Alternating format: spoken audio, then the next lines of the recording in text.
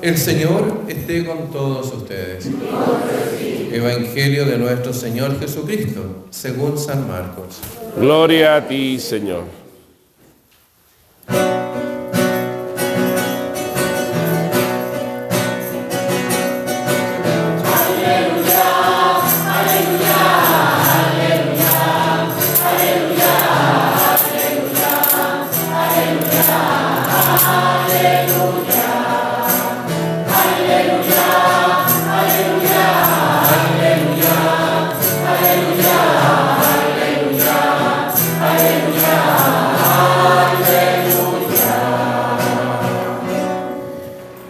Se acercaron a Jesús algunos fariseos para ponerlo a prueba. Le preguntaron: ¿es lícito que el hombre se divorcie de su mujer? Jesús le respondió: ¿qué es lo que Moisés les dejó enseñado? Ellos le respondieron: Moisés permitió redactar una declaración de divorcio y separarse de ella. Entonces Jesús le respondió: si Moisés les permitió esa prescripción debido a la dureza del corazón de ustedes, pero saben muy bien que desde el principio de la creación Dios los hizo hombre y mujer. Por eso el hombre dejará a su padre y a su madre, y los dos no serán sino una sola carne, de manera que ya no son dos, sino una sola. De manera que lo que Dios ha unido, no lo separe el hombre. Cuando regresaron a la casa, los discípulos le volvieron a preguntar sobre este tema. Él les dijo: el que se divorcia de su mujer y se casa con otra, comete adulterio contra aquella. Y si una mujer se divorcia de su marido y se junta a vivir con otro, también comete adulterio. Entonces le trajeron a unos niños para que él los bendijera. Pero los discípulos se lo reprendieron. Al ver esto, Jesús se enojó mucho y les dijo: dejad que los niños se acerquen a mí, que nadie se los impida, porque de ellos es el reino de los cielos. Les aseguro que el que no recibe el reino de Dios como un niño, no entrará en él. Después los abrazó y los bendijo, imponiéndole las manos. Queridos hermanos, es palabra del Señor. Gloria a ti, Señor Jesús.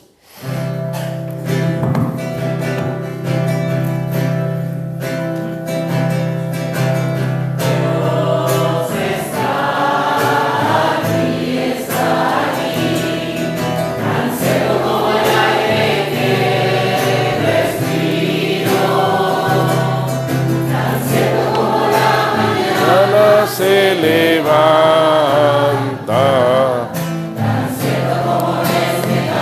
todo lo puedes oír. Siéntense un momentito.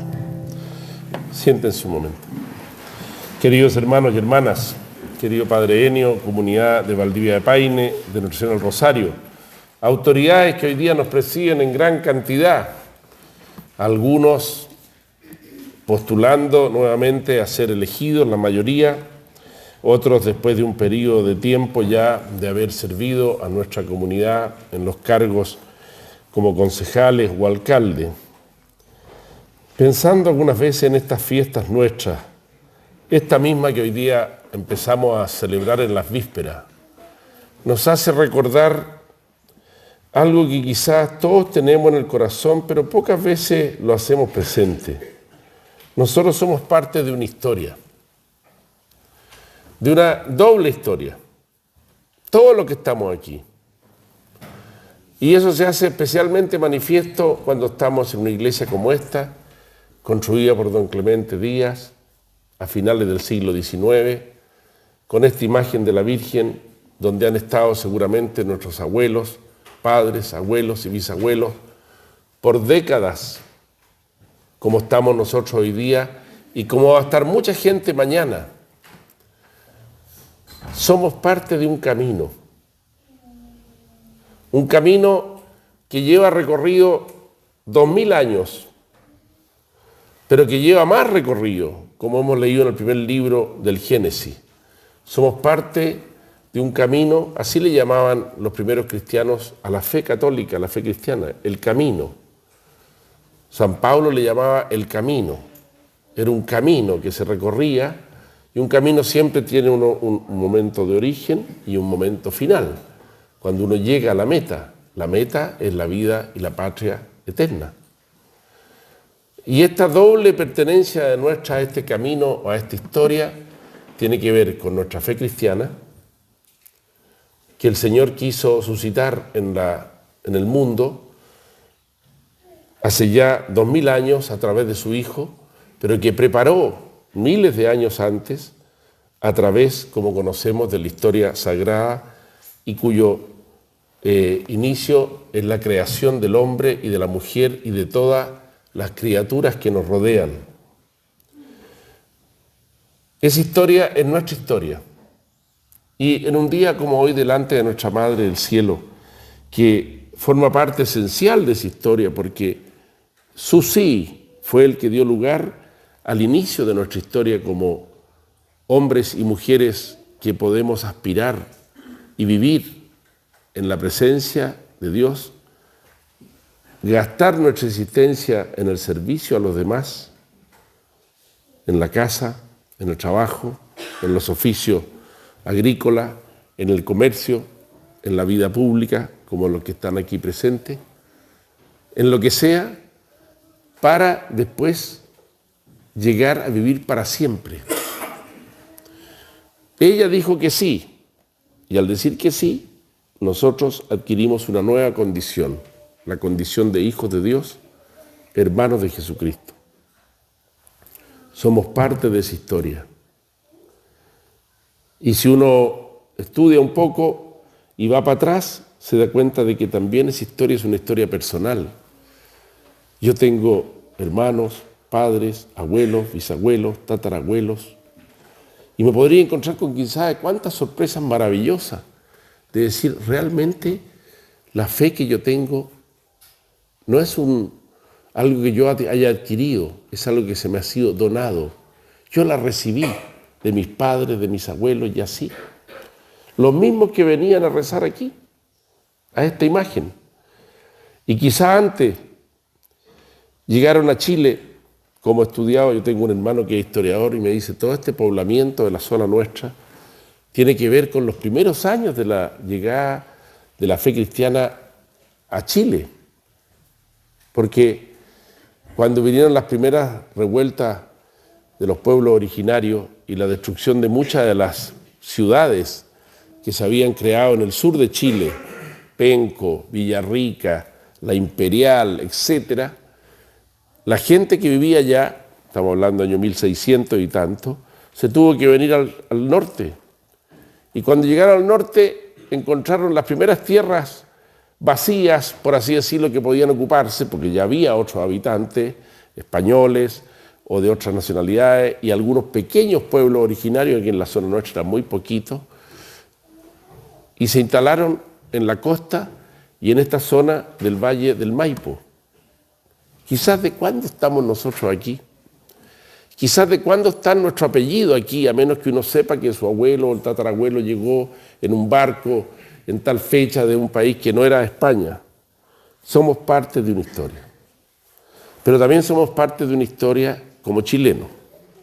En esta tierra nuestra se ha desarrollado una realidad que hoy día llamamos Chile, que el mismo libertador Bernardo Higgins, en el año 1819, dictó un decreto.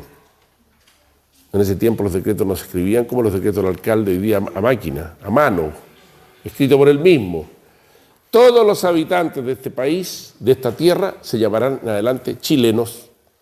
Se acabó la distinción entre naturales y españoles, porque esa es la distinción que había hasta ese año.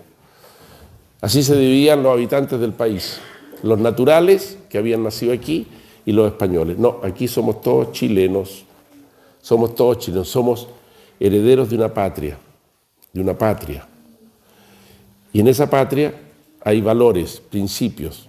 Esa patria tiene un fundamento, no nació de la nada.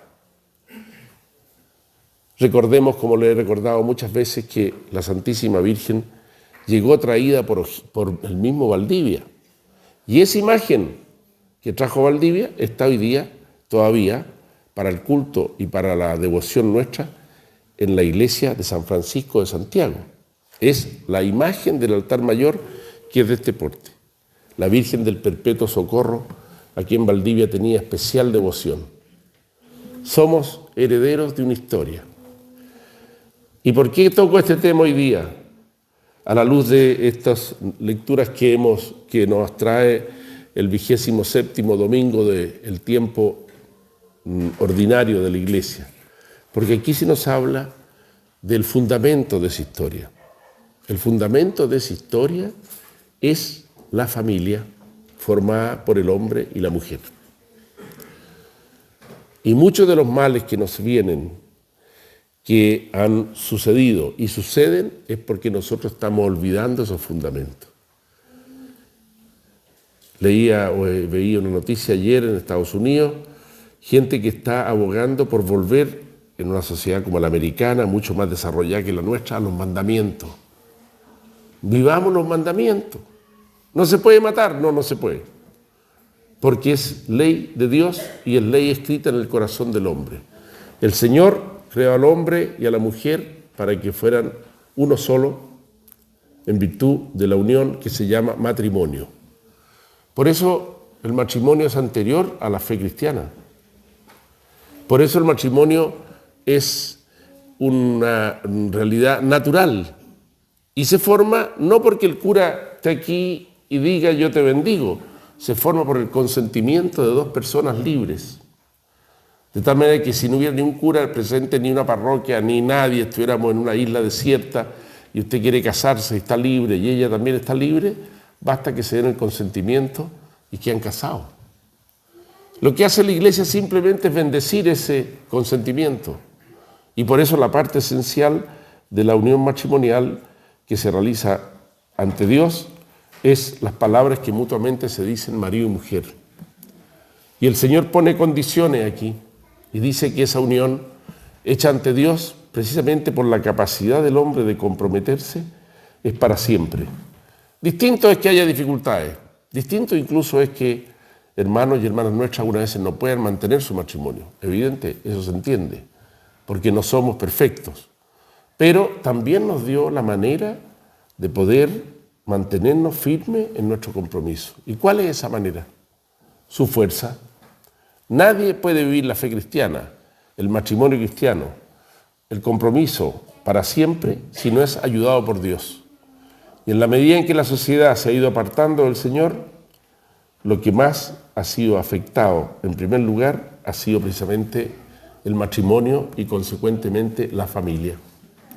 Y hoy día en Chile estamos rezando para que el Señor conceda a nuestros jóvenes la vocación matrimonial, porque la mayoría de nuestros jóvenes no se casan, no se comprometen, ni civil ni religiosamente, porque la autoridad de nuestros legisladores ha equiparado vivir unidos en matrimonio con vivir unidos civilmente, porque la autoridad de nuestra patria ha equiparado la vida entre un hombre y una mujer y le ha llamado matrimonio a la unión también de dos personas que son del mismo sexo, contrario exactamente al primer capítulo del libro del Génesis que acabamos de leer. Queridos hermanos, queridas autoridades que están aquí, es cierto, no son legisladores todavía, pero alguno para allá puede ir. Pero por sus manos pasa el bien común y los valores esenciales de nuestra historia. Me ha tocado estudiar por años todos estos temas y hemos ido destruyendo la familia punto por punto. Y hoy día, vamos a decir entre comillas, no vale la pena casarse, ni para tener una casa, ni para tener un subsidio, ni para recibir la ayuda municipal o la ayuda del Estado. El matrimonio ha quedado desprotegido, esa es la verdad. Y esto ha pasado en todas partes de Occidente. Y las consecuencias son las que estamos viviendo. Un 70% de los niños que están naciendo en Chile nacen fuera de la vinculación de sus padres. ¿Qué será de esos niños en el futuro? ¿Qué pasará? Son dignos, son hermanos nuestros, hay que ayudarlos, hay que estar al lado de ellos, lo que se quiera. Pero ¿qué será el día de mañana cuando la figura quizás paterna o materna no esté presente en esos jóvenes? ¿Qué será de su futuro cuando ellos mismos quieran formar una familia? Quizás somos un país que no ha sido capaz de aquilatar, de juzgar, de darse cuenta lo que hemos hecho nosotros mismos. Y por eso ahora vivimos esas consecuencias. Es cierto, vivimos libres, tenemos cosas, delante acciones que se llaman en el orden técnico obsesivas, o sea, que quitan la vida a alguien, porque está enfermo, porque está viejo, porque no sirve, porque él lo quiere por la razón que sea. Es decir, queridos hermanos, hemos dejado de lado las leyes del Señor. Y el que deja de lado las leyes del Señor va por caminos de perdición personal y después también comunitario.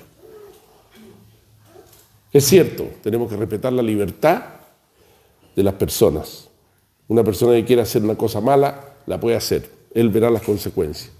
Pero nosotros, cristianos, que estamos aquí, delante de la Madre de Dios, que dio a luz nada menos que al Hijo de Dios, que dio lugar con su sí a nuestra vida como cristianos, tenemos que defender seriamente las cosas esenciales. Si no, nuestra patria continuará por caminos de destrucción. Porque todo lo que ocurre hoy día, más allá de lo que digan los políticos, la contingencia, es consecuencia de una cosa. Hemos dejado la ley del Señor de lado.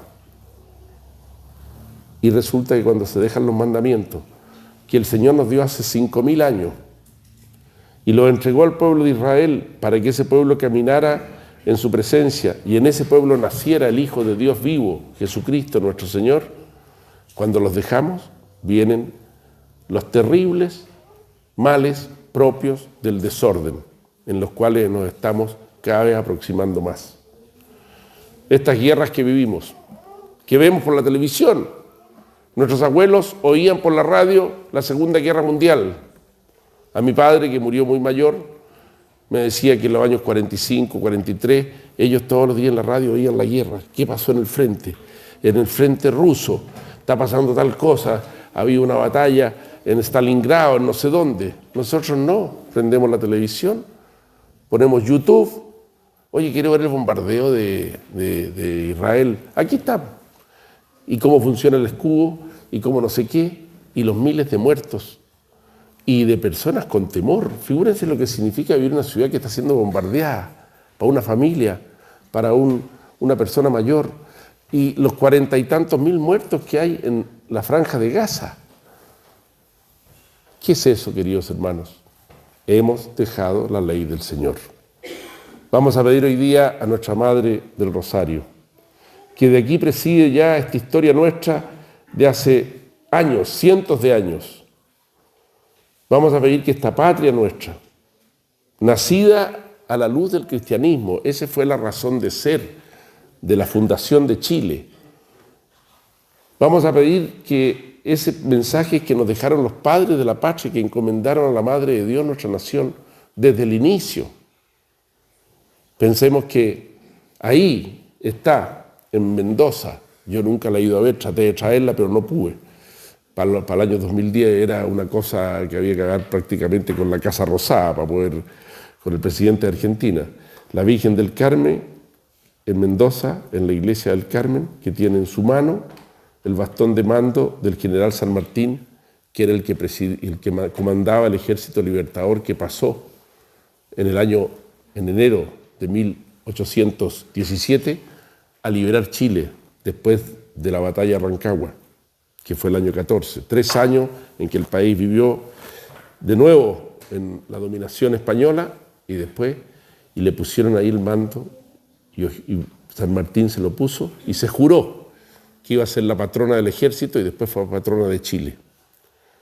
Pidámosle al Señor, sobre todo pidamos por todas estas autoridades que están aquí con nosotros. Nosotros, padres, no tenemos nada que ver con esas cosas. No, sí tienen que ver.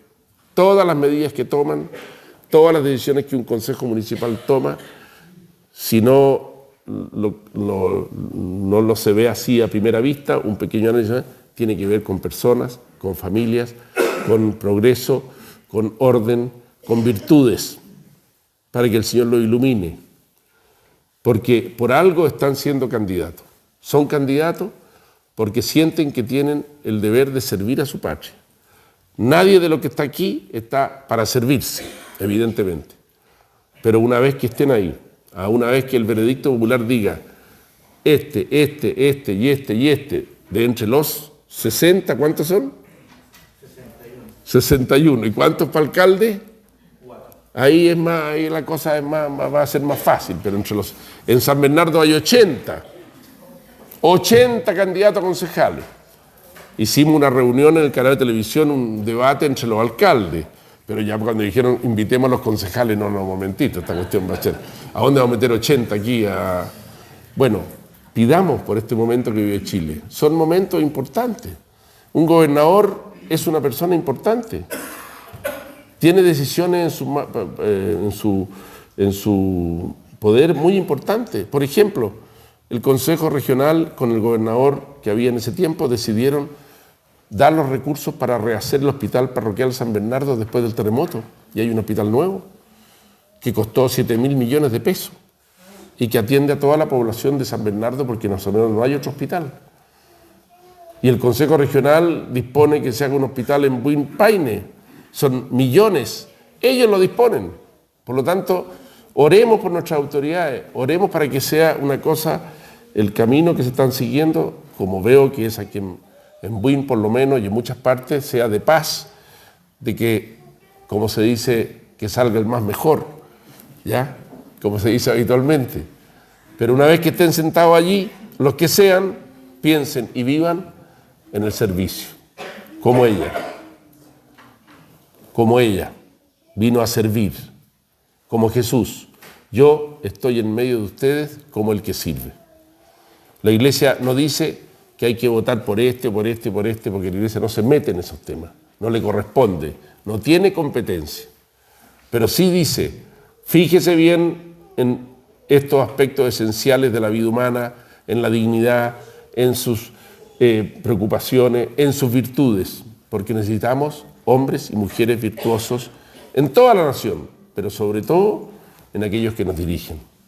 Encomendemos en este día de la víspera de la Virgen del Rosario, cuando el pueblo de Valdivia Paine se prepara para sacarla en andas, cuando vendrán mucha gente de otras partes, hombres de a pie, mujeres, a caballo, jóvenes, mañana, por este momento que vive nuestra patria, para que verdaderamente cada uno asuma a fondo la responsabilidad que tiene para mantener las dos historias de nuestro Padre, la historia cristiana y la historia civil, la historia de nuestras propias comunidades, porque ambas van de la mano. ¿Y qué es lo que la une? Me lo dicen a mí mucha gente que viene del extranjero. No conocemos país donde la Virgen está tan unida al pueblo cristiano de una nación como Chile. Es curioso. Tú le preguntas a estos chicos que vienen de Colombia, sí, hay devoción a la Virgen, pero no es como aquí. ¿Por qué? Porque el Señor quiso hacerlo así. Y por eso celebramos esta fiesta, celebramos a todos estos hermanos nuestros que están aquí hoy día. Me dicen que el señor Parrado también va de candidato. Lo felicito. ¿Por qué lo felicito? Por tener la audacia de, no siendo un chiquillo, por lo menos podemos decir eso, ¿ya?, lanzarse a una aventura como esta, que es desgastante, es cansadora, y sin embargo, si el Señor dispone y los votos están, el día de mañana puede estar sentado de nuevo ahí. No se sabe. Que el Señor los bendiga a todos y que la Virgen del Rosario nos haga a todos ser fieles a la historia de nuestra patria y a la historia de nuestra comuna y a la historia de esta comunidad de Valdivia Paine. En el nombre del Padre, del Hijo y del Espíritu Santo. Amén. Pongámonos de pie, hermanos.